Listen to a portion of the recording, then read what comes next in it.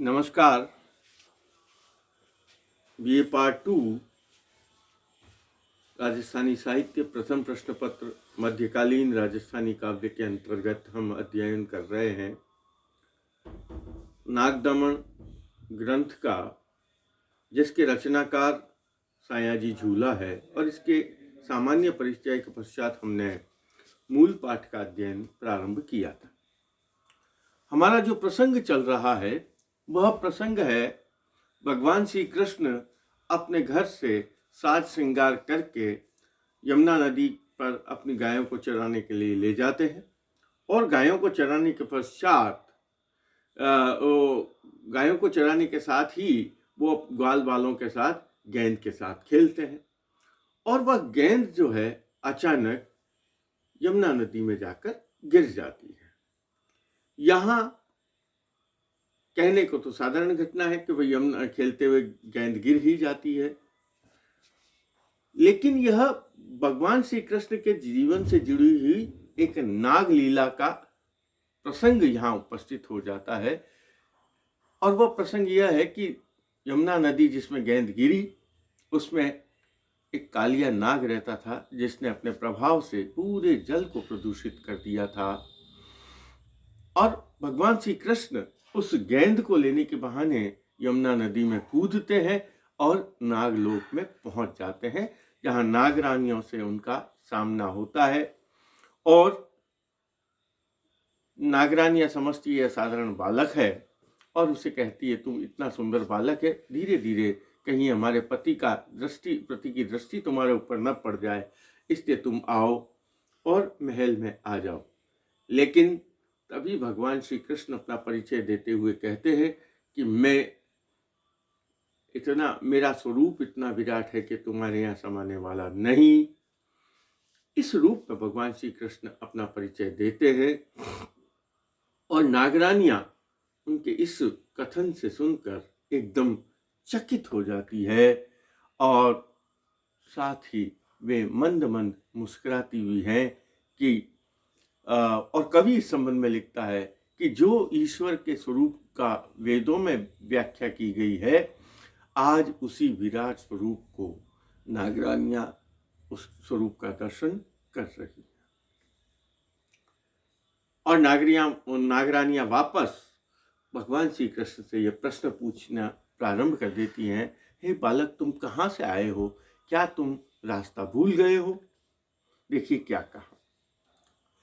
कठा हूं तो आयो अठे काज केहा, ग्रहा भूलियो बापरो साप गेहा, भली नागणी नावियो राह भूलो, देवो आपरी लाज लीधो दरूलो। नागरानियां आनंदित तो हुई, कवि ने कहा है कि वो आनंदित हुई है, जो ईश्वर का स्वरूप का वर्णन वेदों में किया गया है उसके स्वरूप का दर्शन नागरानियों ने किया। लेकिन पुनः जो नागरानियां जो है वो उसे बालक ही समझती है, इसलिए वो उसे प्रश्न पूछती है, कठा हूं तो आयो अठे काज क्या, हे बालक तुम यहाँ कहां से आए हो? कठा हूं तो आयो अठे, यहां तुम कहां से आए हो? कठा हूं तो आयो अठे काज क्या, और किस कार्य से आए, क्यों आए हो, कहां से आए हो, क्यों आए हो? क्या ग्रहा भूलियो बापरो, क्या तुम अपने पिता का घर भूल गए? बालक, छोटा बालक है, पिता के घर जा रहा था, घर भूल गया, तो क्या तुम घर भूल गए हो, इसलिए तुम ग्रहा भूलियो बापरो साप गया, कि क्या तुम नागराज के घर में रास्ता भूलकर भटक कर आ गए, अपने पिता के घर का रास्ता भूल गए, इसलिए तुम नागराज के घर कहीं त्रुटिवश, गलतीवश या रास्ता भटक जाने के कारण आ गए क्या? कठा हूं, यहां मैंने आपको कहा इस छंद से नागरानियां और भगवान श्री कृष्ण का संवाद प्रारंभ होता है।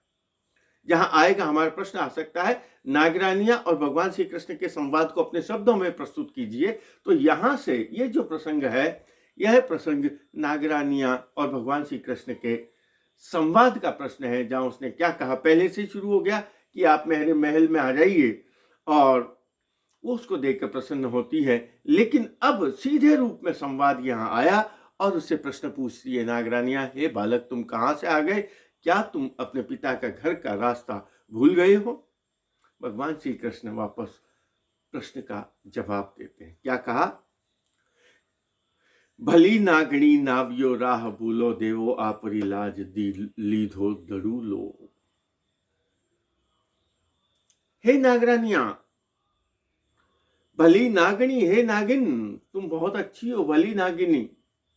नावियो न आवियो, नावियो न आवियो, राह भूलो, मैं राह भूला हुआ नहीं आया हूं, राह भटकते हुए नहीं आया हूं, बल्कि आपको अगर अपनी लाज प्रिय, अगर अपनी प्रतिष्ठा, या लाज से भी प्राय प्रतिष्ठा बड़ी है, मर्यादा की रक्षा करना चाहती हैं, तो एक बालक की गेंद आपके यहाँ आ गई है और आप अपनी उस मर्यादा की रक्षा करते हुए देवो आपरी लाज लीधो दड़ू लो, आपने जो हमारी गेंद ले ली है, हे नागरानियां, आप मेरी उस गेंद को वापस लौटा दीजिए। मैं अपने पिता का घर का रास्ता नहीं भूल गया हूं, बल्कि मैं, सीधे रूप पे कहता है भगवान श्री कृष्ण, कहते हैं मैं अपनी गेंद को लेने के लिए आपके यहां आया।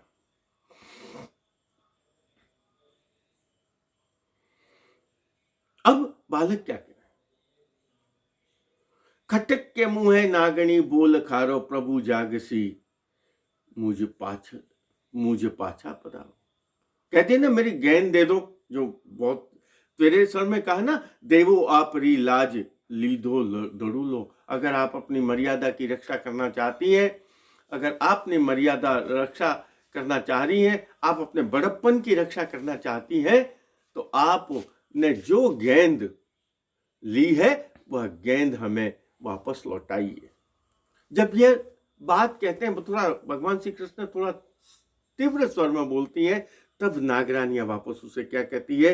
हे बालक, खटक के मुंह है नागिनी बोल खारो। नागिन कहती है, बालक, तू जो ये स्वर में, जिस स्वर में बात कर रहा है, वह तेरे स्वर ऊंचा स्वर है, कड़क स्वर है, और ये मुझे प्रिय नहीं हो रहा है। और जिस स्वर में तू बात कर रहा है, जिस रूप में तू बात कर रहा है, इसलिए अगर तू तेज स्वर में बोला तो क्या होगा? बालक को चेतावनी दे रही है, प्रभु जागसी मूझ पाछा पधारो। हमारे स्वामी नागराज जाग जाएंगे। प्रभु जागसी मूझ। अब यहां प्रभु शब्द दो रूप में प्रभु, हे प्रभु भगवान के लिए भी कह सकते हैं कि हे प्रभु जागसी, हे प्रभु आप चले जाइए, जाग जाएगा।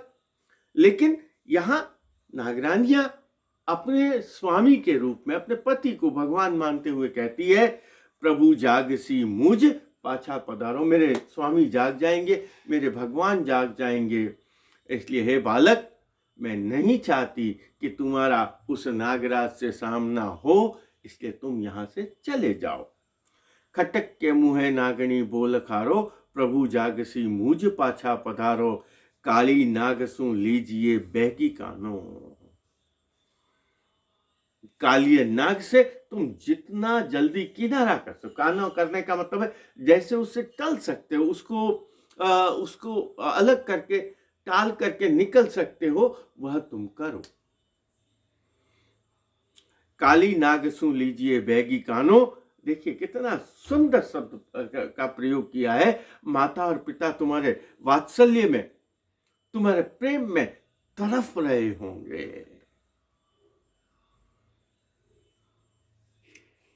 अब कैसे कहा?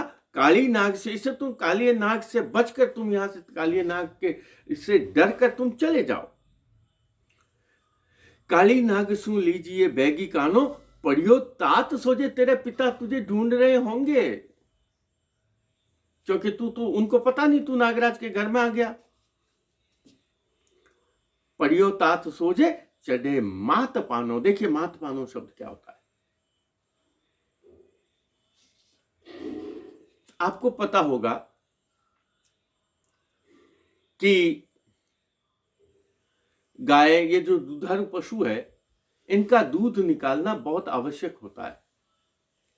यदि इनका दूध नहीं निकाला जाए तो वह उनके लिए स्वास्थ्य के लिए हानिकारक हो सकता है, या वह दूध जो भरा हुआ है जिसको निकाला नहीं गया तो वह उनके लिए कष्टकर हो सकता है। ठीक उसी तरह वे माताएं जो अपने बालक को दुग्ध पान कराती है उनके लिए भी जितना आवश्यक है दूध पिलाना, जितना एक बालक के लिए दूध पीना आवश्यक है, उतना ही उस दूध पिलाने वाली माता के लिए आवश्यक है कि वह शिशु उसका या जो बालक है वह उसका दुग्ध पान करे। तो यहां संकेत रूप में कहा है कि हो सकता है तुम्हारे पिता तो तुम्हारा प्रतीक्षा कर रहे हो और तुम्हारी माता तुम्हें दुग्ध पान कराने के लिए तड़फ रही हो या पीड़ा में हो, इसलिए तुम जल्दी से जाओ और अपनी माता के पास चले जाओ, क्योंकि मैं तुम्हारी माता तुम्हें दुग्ध पान कराने के लिए तड़फ रही होगी, कष्ट पा रही होगी, इसलिए तुम शीघ्रता से वहां अपनी माता के पास चले जाओ और अपने पिता के पास चले जाओ जो तुम्हें ढूंढ रहे होंगे। पढ़ियो तात सोझे चढ़े मात पाना, अर्थात वो तुम्हें न पाकर तुम्हारे माता पिता बहुत कष्ट पा रहे होंगे, तुम्हें ढूंढ रहे होंगे, परेशान हो रहे होंगे। इसलिए हे बालक, तुम इस नागराज से बचकर, नागराज से टलकर जल्दी चले जाओ। अब भगवान श्री कृष्ण वापस क्या जवाब देते? मैंने आपको कहा संवाद है, एक बात वो कह रही है, वापस उसका जवाब दे रहे हैं। कृष्ण कह रहे हैं, नहीं नागणी बोल एहा निकासे वसे रसने डसने विखवासे, कि ही कोर चंपी रही मां बकावे, इसो बाल देखे दया मूझ आवे।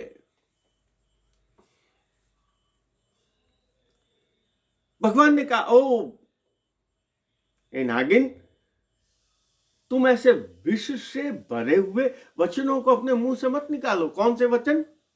कि चले जाओ, मेरे पति को के डर से टल कर निकल जाओ, तुम्हारे पिता तुम्हारी राह देख रहे होंगे, तुम्हारी माता तुम्हारे लिए परेशान हो रही होगी, तुम यहां से चले जाओ। ऐसे शब्द, ऐसी वाणी का तुम प्रयोग मत करो, क्योंकि तुम ऐसे वाणी का जो तुम्हारे मुंह से जो ऐसे शब्द निकल रहे हैं ना, वो शब्द मुझे शब्द नहीं लग के क्या लग रहे हैं? देखिए क्या कहा, नहीं नागिनी बोल एहा निकास। हे नागिन, तुम अपने मुंह से ऐसे शब्दों को मत निकालो, क्योंकि ये शब्द कैसे है? ये शब्द है विषैले। नहीं नागिनी बोल एहा निकासे, वसे वसता है, रहता है तुम्हारे तुम्हारे शब्दों में, तुम्हारे बोलों में। वसे रसने डसने विखवासे, तुम्हारे शब्दों में, तुम्हारे जो शब्द हैं, तुम्हारी रसना में, तुम्हारे जीभ में, और जीभ के मुख से माध्यम से शब्द निकलते हैं, तो उसने कहा वसे रसने डसने विखवासे। तुम्हारे शब्द जो है ना, वो मुझे साधारण शब्द नहीं लग रहे हैं, बल्कि विष से भरे हुए डसने वाले शब्द लग रहे हैं। इसलिए तुम ऐसे विषैले शब्दों को अपने मुंह से मत निकालो। कौन से शब्द निकाल रहे हैं? कि तुम यहां से चले जाओ। ऐसे शब्द मुंह से मत निकालो। नहीं नागणी बोल एहा निकासे, वसे रसने डसने विखवासे। विष से युक्त, विषैले विष से युक्त ऐसे शब्दों को मत निकालो। कौन से शब्दों को निकालना है? कि तुम यहां से चले जाओ। अब वहां नागरानियां खूब सारी हैं। पहले भी प्रसंग आया कि नागरानियां उसके चारों ओर घेर के खड़ी हो जाती हैं। तो अब एक जो नागरानी है, वो बड़ी नागरानी को क्या कह रही है? देखिए, कि ही कोर चंपी रही मां पकावे। अब यहां कवि की कल्पना है जैसे कोई स्त्रियां ओढ़नियां वगैरह ओढ़ती है ना, वहां नागरानियों को भी श्रृंगार का किया गया है। तो वो एक नागरानी दूसरी नागरानी को की पल्लू के कोर को खींचते हुए कह रही है कि ही कोर होते किनारा, पल्लू का किनारा, साड़ी का किनारा, कुछ भी समझ लीजिए। कि ही कोर चंपी का मतलब दबाते हुए, खींचते हुए। कभी इशारा करते हैं ना, तब किसी को हाथ पकड़ते हैं, किसी का कपड़ा, उसका ध्यान आकर्षित करने के लिए, तो उसको खींचते हैं। तो यहाँ भी वह जैसे कहा, एक नागरानी दूसरी नागरानी के कोर को खींचते हुए क्या कह रही है, किही कोर चंपी रही माँ बकावे। हे नागरानी, तू इस तरह से मत बोलो। कौन से बोल रही थी, यहाँ से चले जाओ, ये कर जाओ, मेरा पति आ जाएगा, वो तुम्हारे कुछ भी कर देगा। अरे बालक, ऐसे इसको मत कहो। किही कोर चंपी रही माँ बकावे, नहीं बोल, ऐसा नहीं बोलो, क्योंकि देखिए नागरानी के मन में भी वात्सल्य का भाव जागृत हुआ कि तो छोटा सा बालक, इसको तुम क्या नागराज का डर बता रही हो। किही कोर चंपी रही माँ बकावे, इसो बाल देखी दया मुझ आवे। मुझे तो इस छोटे से बालक को देखकर दया आ रही है, इसलिए एक नागरानी दूसरी नागरानी को कह रही है, अरे इसे नागराज का भय मत दिखाओ। किही कोर चंपी रही माँ बकावे, इसो बाल देखी दया मुझ आवे। इसलिए इसको ऐसा नागराज का भय मत दिखाओ। अब नागरानी, जो दूसरी नागरानी है, वह क्या कहती है, भगवान श्री कृष्ण को भय दिखा रही है नागराज का। मैंने आपको कहा उसके सहस्र फन थे नागराज के, और आपने कई ऐसे चित्र तस्वीरें देखी होगी, चित्रकला की देखी होगी, जिसमें सहस्र फन पर भगवान श्री कृष्ण उस फनों पर खड़े होकर नृत्य कर रहे हैं। वही हजारा मुखा जागसी नाग हेवा, अड़ीलो न छांडे निराधार एवा, महाकाल कालो नको बाल माने, पड़ी दोतड़ी आज ही बाघ पाने। अब वापस उसको भय दिखा रही है, नागराज का भय भगवान श्री कृष्ण को नागरानी दिखा रही है। कह रही है हमारा जो पति है ना, वो सहस्र फन वाला है, हजारा मुखा जागसी, और वो हजारा मुख वाला जो नागराज है वो जाग जाएगा। हजारा मुखा जागसी नाग हेवा, वो जो एक नागराज है ना, जो हजारों मुखों वाला है ना, वो जाग जाएगा। और नाग का कहते हैं ना मुहावरा भी, ये सोते हुए नाग को नहीं जगाते। तो वहां वो अत्यंत क्रोध हो जाता है। हजारा मुखा जागसी नाग हेवा, अड़ीलो न छोड़े निराधार एवा। वो, और फिर वह अड़ियल है, बहुत जिद्दी है, फिर उसके सामने जो कोई भी आ जाता है, चाहे कमजोर है, ताकत है, वो उसको छोड़ता नहीं है। अड़ीलो न छांडे, वह छोड़ेगा नहीं, निराधार एवा। और तुम्हारे पास कोई आधार नहीं, तुम्हारे पास शक्ति नहीं, कुछ भी नहीं, इसलिए, और तुम्हें छोड़ेगा नहीं, इसलिए तुम यहां से चले जाओ। और आगे क्या कहा, मैंने आपको कहा, यहां फिर वही बात कि बालक को अवैध माना गया है, नारी को अवैध का मतलब उसका वध नहीं किया जाता, मारा नहीं जाता, लेकिन वो क्या कह रही है, मेरे पति के सामने ये बालक की बात कुछ भी नहीं है। हजारा मुखा जागसी नाग हेवा, अड़ीलो न छांडे निराधार एवा, महाकाल कालो नको बाल माने। नको शब्द आगे देखिए, नको मराठी शब्द का, आगे भी एक दो जगह प्रयोग होगा। चा शब्द का प्रारंभ में प्रयोग हुआ, ये मराठी भाषा का प्रभाव। तो उसने क्या कहा, महाकाल कालो नको बाल माले। ये कालिय नाग है ना, महाकाल का स्वरूप है, और वो महाकाल है ना, वो किसी बालक को नहीं मानता। महाकाल कालो नको बाल माने, और मुझे तो इसलिए दया आ रही है कि आज एक छोटी सी बकरी का बच्चा, या गरीब बकरी, बड़ी दोतड़ी आज ही बाघ पाने। ऐसा लगता है कि बकरी खुद ही चल के, बकरी का जो बच्चा है वह खुद ही चलकर बाघ के गुफा में आ गया है। तो क्या कहा, महाकाल कालो नको बाल माने, पड़ी दोतड़ी आज ही बाघ पाने। मुझे तो इसलिए है बालक, तुम यहाँ से चले जाओ, मुझे तुम पर बहुत दया आ रही है, क्योंकि यदि यह नागराज जाग गया तो तुम्हारे लिए बहुत खतरनाक होगा। और मुझे तो इतना भय लग रहा है कि कहीं ऐसा न हो, कहीं ऐसा हो गया है आज कि बाघ के शेर के मुंह में बकरी खुद ही चलकर आ गई है। देखिए अब भगवान श्री कृष्ण उस नागरानी को खुली चुनौती देते हैं। और क्या चुनौती देते हैं, बहुत प्रसिद्ध है ये दोहा। जावो नागणी नाग वेगो जगाड़ो, अठे मांडसा आज बेहू अखाड़ो, रढ़ीजे ईसा माथ आगे रठाड़ा, चवीजे नहीं बोल ए काल चारा। दो शब्दों में, छंद में एक बात कृष्ण कह रहे हैं, दूसरी बात नागरानी कह रही है। एक नागरानी बात कह रही है, वापस उसका जवाब कृष्ण दे रहे हैं। तो उसने क्या कहा, जावो नागनी नाग वेगो जगाड़ो, हे नागिन तुम जाओ। तुमने कहा ना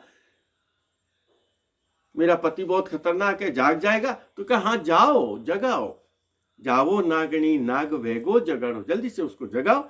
अठे मांडसा आज बेहू अखाड़ो, आज हमारा अखाड़ा होगा, कुश्ती होगी, मल्ल युद्ध होगा नागराज का और मेरा। जावो नागनी नाग वेगो जगाड़ो, अठे मांडसा आज बेहू अखाड़ो। अब जब खुले रूप में वह नागरानी चुनौती देती है, भगवान श्री कृष्ण नागराज को खुली चुनौती देते हैं नागिन के सामने, तब नागरानी क्या कहती है, वापस देखिए। रडीजे ईसा मात आगे रठाड़ा है। बाल हट होता है, त्रिया हट होता है, राज्य हट होता है और योग हट होता है। तो यहां बाल हट है। वह नागरानी कह रही है, अरे तू बालक है, तू हट कर रहा है, जिद कर रहा है। रडीजे ईसा मात आगे बढ़ाड़ा, ऐसी जिद तेरी यहां चलने वाली नहीं है, ऐसा हट तेरा यहां चलने वाले नहीं। जाओ अपनी मां के पास इस तरह की जिद करना कि मैं नागराज से युद्ध करूंगा। यहां वह अवसर और स्थान नहीं है कि तुम इस प्रकार का हट करो। रडीजे ईसा मात आगे रढ़ाड़ा, चवीजे नहीं बोल ए काल चाला। अपने मुंह से भूल कर भी ऐसे शब्दों को नहीं निकालना। कौन से शब्दों को निकालना है, जो ऊपर वाले शब्दों में आया कि जाओ नागणी नाग वेगो जगाड़ो, अठे मांडसा आज बेहू अखाड़ो। ये शब्द जो तुमने कहा ना, मैं नागराज से युद्ध करूंगा, नागराज से अखड़ा करूंगा, उससे कुश्ती करूंगा, उससे मल्ल युद्ध करूंगा, ऐसे शब्दों को अपने मुंह से मत निकालना, क्योंकि ये साधारण शब्द नहीं बल्कि क्या है, चवीजे नहीं बोल ए काल चाला। ये सीधा मृत्यु को निमंत्रण देने वाले शब्द हैं। ये सीधे शब्द साधारण शब्द नहीं बल्कि काल को निमंत्रण देने वाले, मृत्यु को निमंत्रण देने वाले शब्द हैं। इसलिए ऐसे शब्दों को अपने मुंह से भूल कर भी मत निकालो। इस प्रकार नागरानी भगवान श्री कृष्ण को बाल हट को छोड़कर नागराज से युद्ध करने की, नागराज से संघर्ष करने की बात को रोकने के लिए बालक को, एक साधारण बालक को यह कहती है कि तुम जो हट कर रहे हो अपनी माँ के सामने हट करो। यह हट जो है वह साधारण हट नहीं बल्कि तुम्हारी मौत का कारक बन जाएगा। आज यहीं तक, धन्यवाद।